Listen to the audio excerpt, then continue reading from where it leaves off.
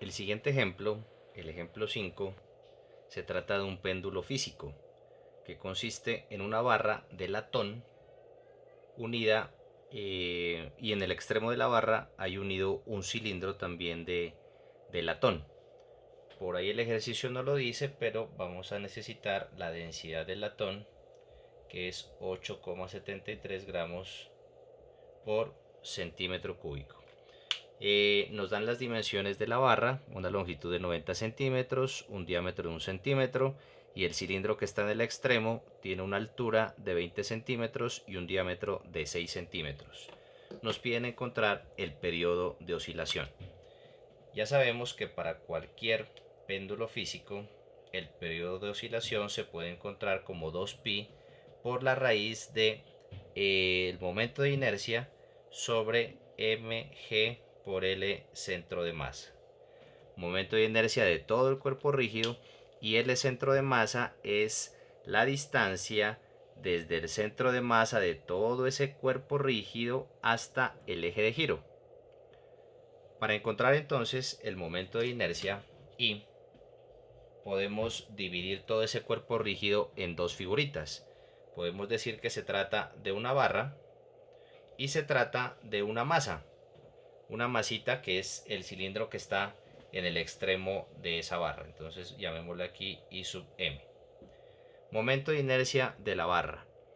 Como está girando o está rotando alrededor de un eje perpendicular que pasa por uno de sus extremos, este momento de inercia sería 1/3 de la masa de la barra por la longitud de la barra al cuadrado, más momento de inercia de una masa. El momento de inercia de una masa puntual sería la masa, que en este caso es la masa del cilindro, por la longitud o por la distancia, perdón, de esa masita al eje de giro. La voy a llamar aquí, puede ser L del cilindro y esto elevado al cuadrado. No conocemos las masas, pero con las dimensiones que nos dan aquí en el ejercicio y la densidad podemos encontrarla. Por ejemplo, para la barra sería la densidad por el volumen de la barra y para el cilindro sería la densidad por el volumen del cilindro. Los dos los podemos modelar entonces como un cilindro, la barra y el cilindro por supuesto. Entonces, una altura h y esto tiene un diámetro phi. Entonces pueden calcular el volumen como el área de la base por la altura. El área de la base sería entonces pi por diámetro de la base, en este caso el diámetro de la barra al cuadrado sobre 4. Esto es exactamente lo mismo que pi r cuadrado, pero no tenemos el radio sino el diámetro, entonces pi diámetro cuadrado sobre 4. Y por la altura de la barra, pues llamémosla, bueno, aquí la llamamos LB, entonces por LB. Para el cilindro sería la densidad por pi diámetro del cilindro al cuadrado sobre 4 y por la altura de ese cilindro. Tenemos todos los valorcitos considerando la densidad 8,73 gramos por centímetro cúbico. Podemos calcular el volumen en centímetros cúbicos para que esta masa nos quede en gramos. Entonces, para el caso de la barra, diámetro es 1 centímetro cuadrado sobre 4, longitud de la barra 90 centímetros por pi y por 8,73 gramos por centímetro cúbico, lo que nos produce 617,1 gramos. Y para el caso del cilindro que está en el extremo, el diámetro del cilindro son 6 centímetros, tiene una altura de 20 centímetros, densidad 8,73 gramos por centímetro cúbico porque todo es de latón, nos produce una masa de 4.936,7 gramos.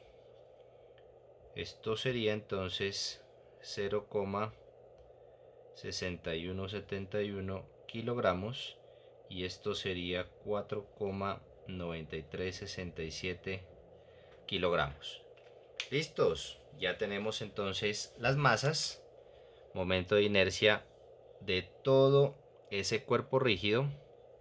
sería igual a 1/3 de 0,6171 en kilogramos por la longitud de la barra al cuadrado. La escribimos en metros, sería 0,9 al cuadrado. Ese es el momento de inercia de la barra, y voy a escribir aquí abajito, más la masa del cilindro, 4,9367, por la longitud. La distancia es, en este caso, la distancia desde la masita hasta el eje de giro. Por supuesto, si este cilindro es uniforme, el centro de masa del cilindro está justo aquí en la mitad, y la distancia desde este punto hasta el eje de giro es lo que hemos llamado aquí LC. O sea, si esto vale 20 centímetros, la longitud de LC sería 1 metro. Entonces esto por 1 al cuadrado. Y entonces se obtiene que ese momento de inercia es igual a 5,1 kilogramos metro cuadrado. Entonces guardemos este resultado por aquí y voy a borrar este pedacito de acá. Para calcular el periodo, entonces, ya tenemos el momento de inercia, nos hace falta L centro de masa. L centro de masa es la distancia desde el centro de masa de toda esa figura, de todo ese cuerpo rígido, al eje de giro. Esa L centro de masa de todo el cuerpo rígido la podemos calcular como masa de la barra por la longitud del centro de masa de la barra más la masa del cilindro por la longitud que habíamos llamado, creo que LC, longitud L centro de masa de el cilindro, todo esto dividido entre la masa de la barra más la masa del cilindro. Reemplazando los valores, entonces esto sería 0,6171 por la longitud o la distancia desde el centro de masa de la barra al eje de giro.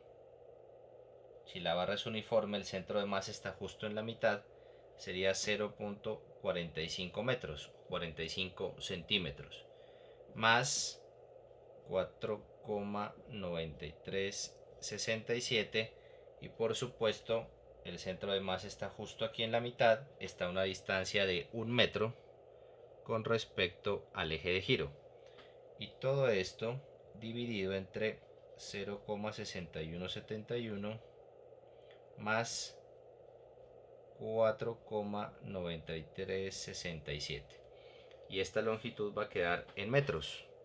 Esto nos produce 0,939 metros. Y listo.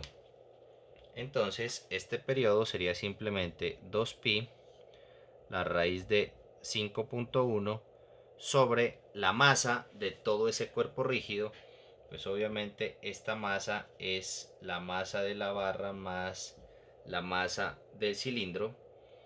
Esa suma es 5,5538 por 9.8 y por 0,939,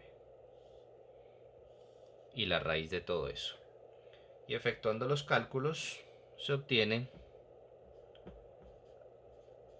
que el periodo es 1,98 segundos. El momento de inercia aquí de toda esa figura, de todo ese cuerpo rígido.